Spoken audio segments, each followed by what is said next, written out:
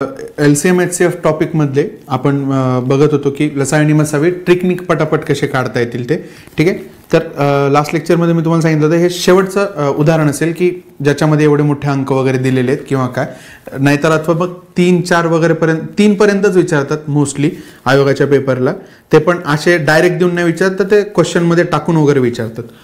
ठीक आहे. तर आता आपल्या समोर संख्या काय दिलेल्या आहेत, 16, 24, 36 आणि 54. आपल्याला त्याचा HCF आणि LCM फाइंड आउट करायचा आहे. राईट. आता बघा HCF काय, तर यांच्यापैकी सगळ्यात कमी कोणामध्ये अंतर आहे आपण ते चेक करू. ठीक आहे.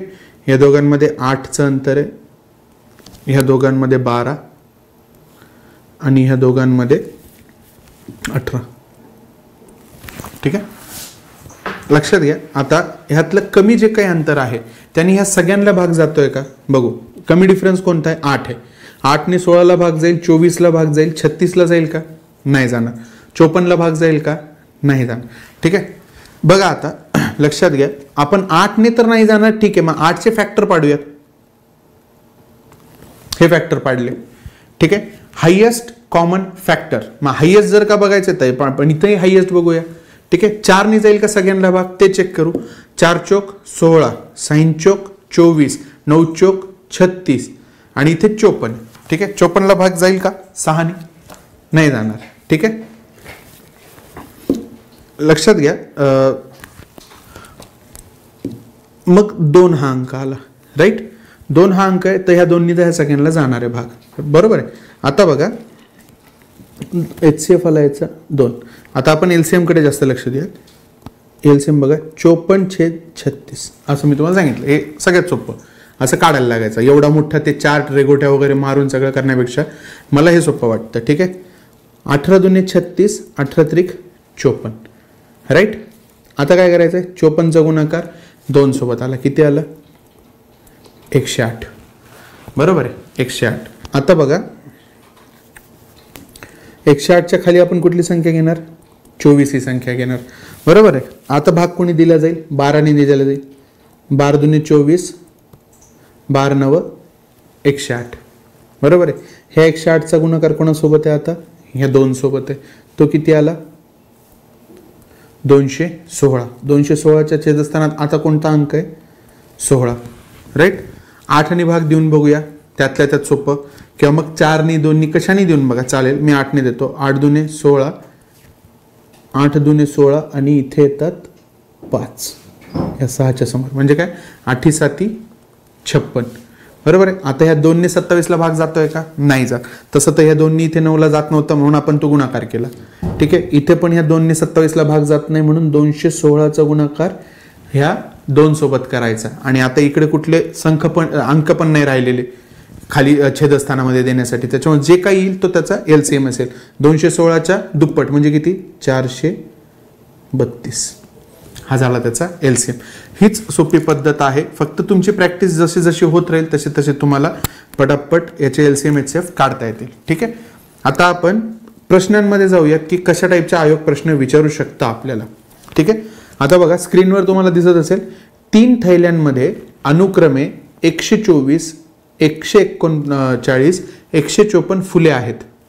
प्रत्येकी जास्तीत जास्त किती फुलांच्या माळा बनवल्यास प्रत्येक शैलीत 4 इथे फुले पाहिजे होतं, ते चुकून मुले झालेले, फुले शिल्लक राहतील. बरोबर आहे. काय सांगितले की 124 पैकी असे किती जास्तीत जास्त आपण बनवू शकतो की 4 उरणार आहेत. ठीक आहे. इथे 4 ठेवायचे आहेत आपल्याला साईडला. 4 इथे जर का उरवायचे म्हणजे मला किती फुलांच्या माळा बनवायच्यात, 120. बरोबर आहे. येतं लक्षात. ठीक आहे. इथे पण 139 पैकी जर का मला 4 उरवायचे, 4 शिल्लकच राहतील, कन्फर्म 4 शिल्लक राहणार आहेत, म्हणजे मला किती फुलांच्या दुसऱ्या थैलीतल्या किती फुलांच्या माळा बनवायच्यात, 135. बरोबर आहे.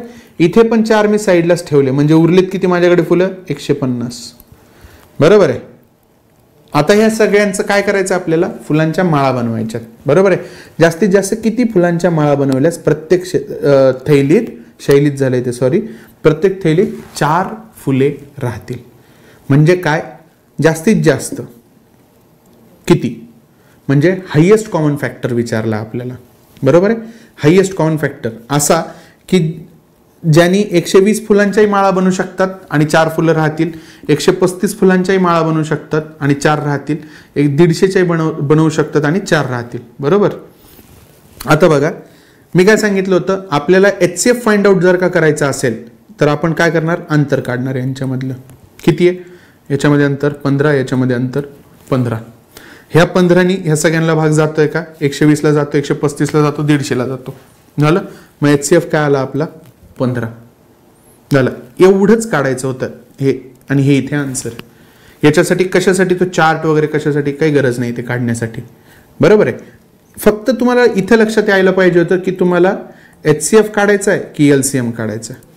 ठीक आहे, एवढंच, काही नाही. डिफरन्स काढायचा, डिफरन्सने जर का भाग नाही गेला तर मग डायरेक्ट डिफरन्सचे फॅक्टर्स करायचे आणि मग भाग द्यायला सुरुवात करायची.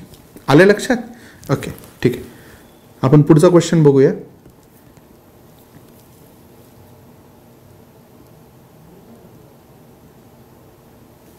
ओके. अशी लहानात लहान संख्या सांगा की जिला 12ने भागल्यास बाकी 5 उरते. बघा 12ने भाग दिल्यास बाकी किती उरतीये, 5 उरतीये.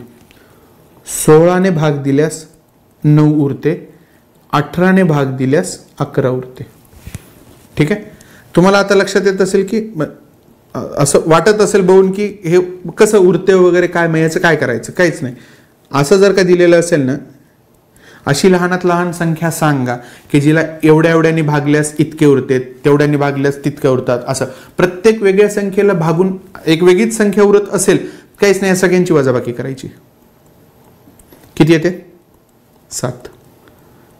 आलं. हा की पॉइंट आहे आपला, 7. ठीक आहे. आता अशी लहानात लहान संख्या सांगायची आहे की जिला आपण कितीने भागतोय, 12ने. अशी लहानात लहान संख्या जिला आपण कितीने भागतोय, 16ने. अशी लहानात लहान संख्या जिला आपण कितीने भागतोय, 18ने. म्हणजे 12, 16 आणि 18 ह्या सगळ्या म्हणजे त्या संख्येला ह्या सगळ्यांनी भागतोय आपण. ठीक आहे. संख्येला ह्या सगळ्यांनी भागणार आहेत. ठीक आहे, सॉरी, संख्यांनी भागणार आहेत. जर का छेदामध्ये नसेल तर आपण वर काय असतो, LCM असतो, हे आपल्याला माहिती आहे. बरोबर आहे. म्हणजे इथे काय काढायचं आहे आपल्याला, LCM काढायचं. बघा लहानात लहान संख्या विचारली की जेवढे एवढे सगळे भागल्यानंतर, राईट. बरोबर. आता या सगळ्यांचं LCM काढायचं. ठीक आहे. या LCM किती निघतो यांचा, मग सरळ सिंपल प्रोसिजर आपली नेहमीची.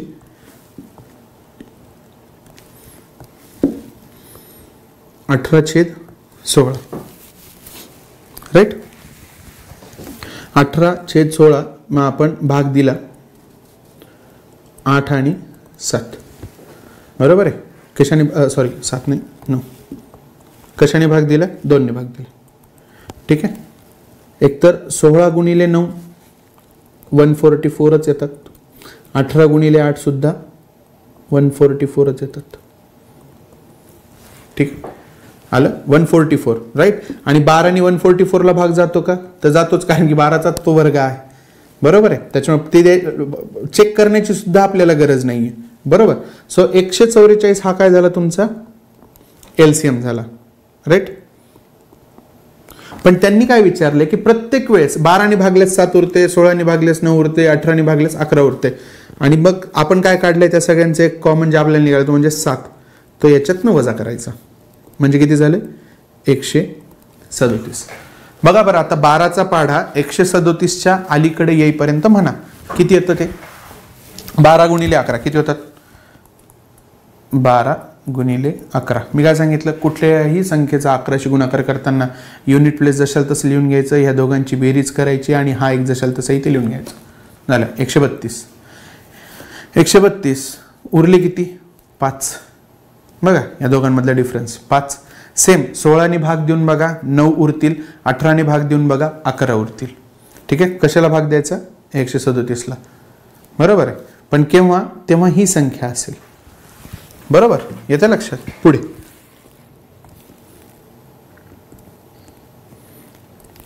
बघा आता 3 घंटा अनुक्रमे 12, 15 आणि 20 मिनिटांनी वाजतात, तर त्या सर्व घंटा एकत्रित किती मिनिटांनी वाजतील, असा क्वेश्चन आहे. ठीक आहे.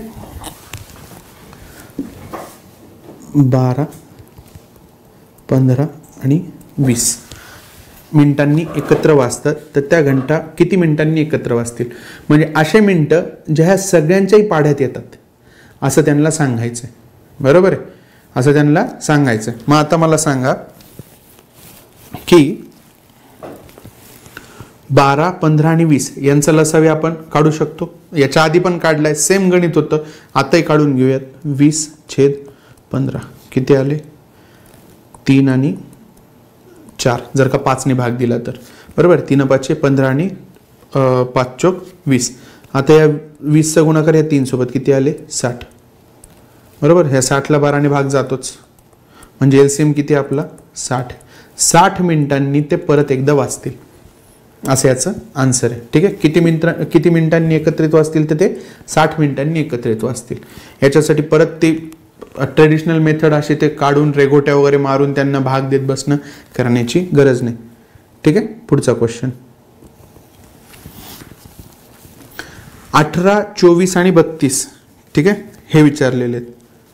18, 24 आणि 32 सेकंदांनी 3 घंटा जर 18, 24, 32 सेकंदांनी वाजतात, तर त्या सर्व घंटा दुपारी 12 वाजता एकत्रित वाजल्या असतील तर त्यानंतर किती वेळाने एकत्र वाजतील. ठीक आहे, साधा सिंपल सरळ प्रश्न आहे. कुठले कुठले अंक आहेत, 18, 24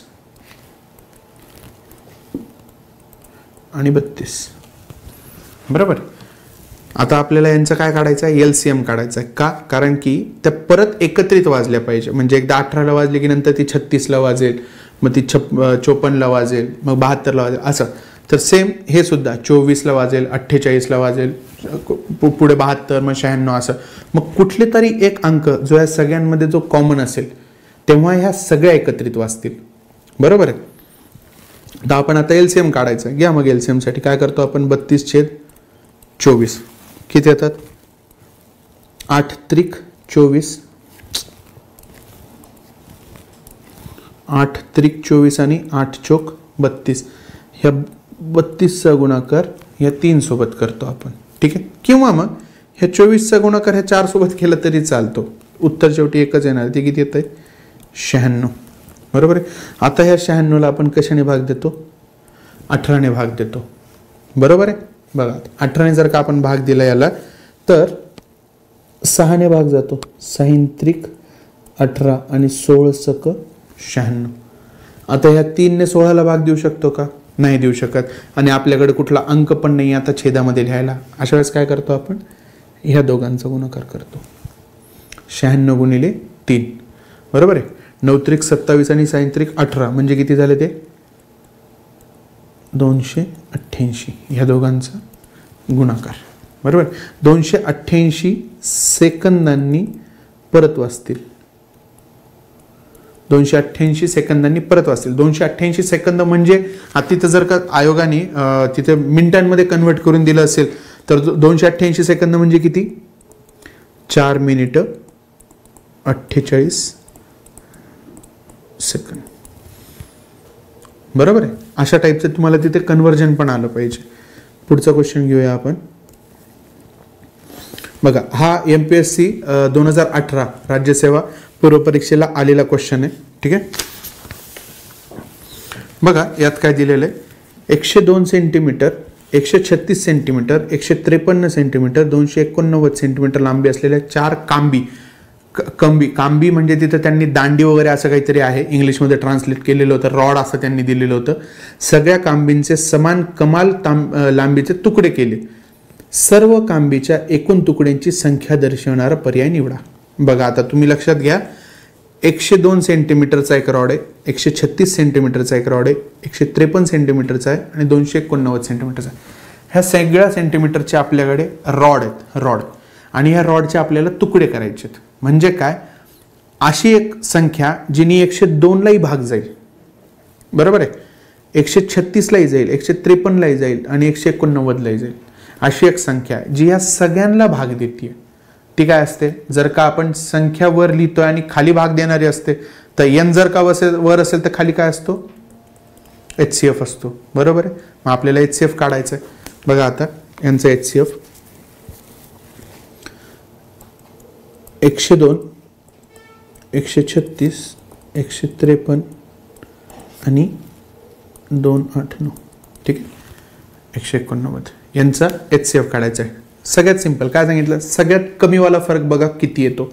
सगळ्यात कमीवाला फरक इथे तो किती येतोय 17. सगळ्यात कमीवाला फरक 17 हा आहे. ठीक आहे, या दोघांमधला फरक किती आहे 34. काही फायद्याचं नाही कारण की याच्यापेक्षा कमी फरक आलेला आहे 17. आता ह्या 17नी ह्या सगळ्यांना भाग दिला जातो का आधी ते चेक करूया.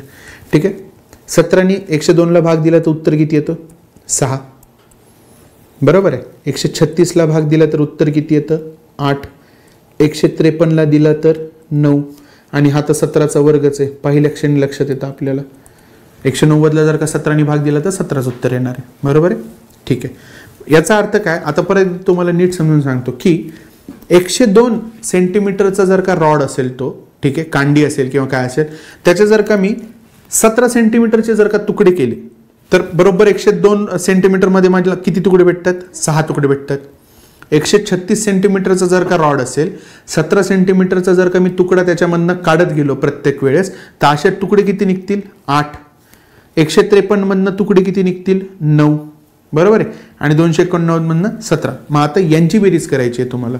17 आणि 17 34. 34 आणि 6 40. असे कंप्लीट किती तुकडे निघतील 40 तुकडे निघतील. एवढंच करायचं होतं त्याच्यामध्ये. ओके, लक्षात येतंय. चालेल, आता पुढचे उदाहरणं आपण पुढच्या लेक्चरमध्ये घेऊया. धन्यवाद.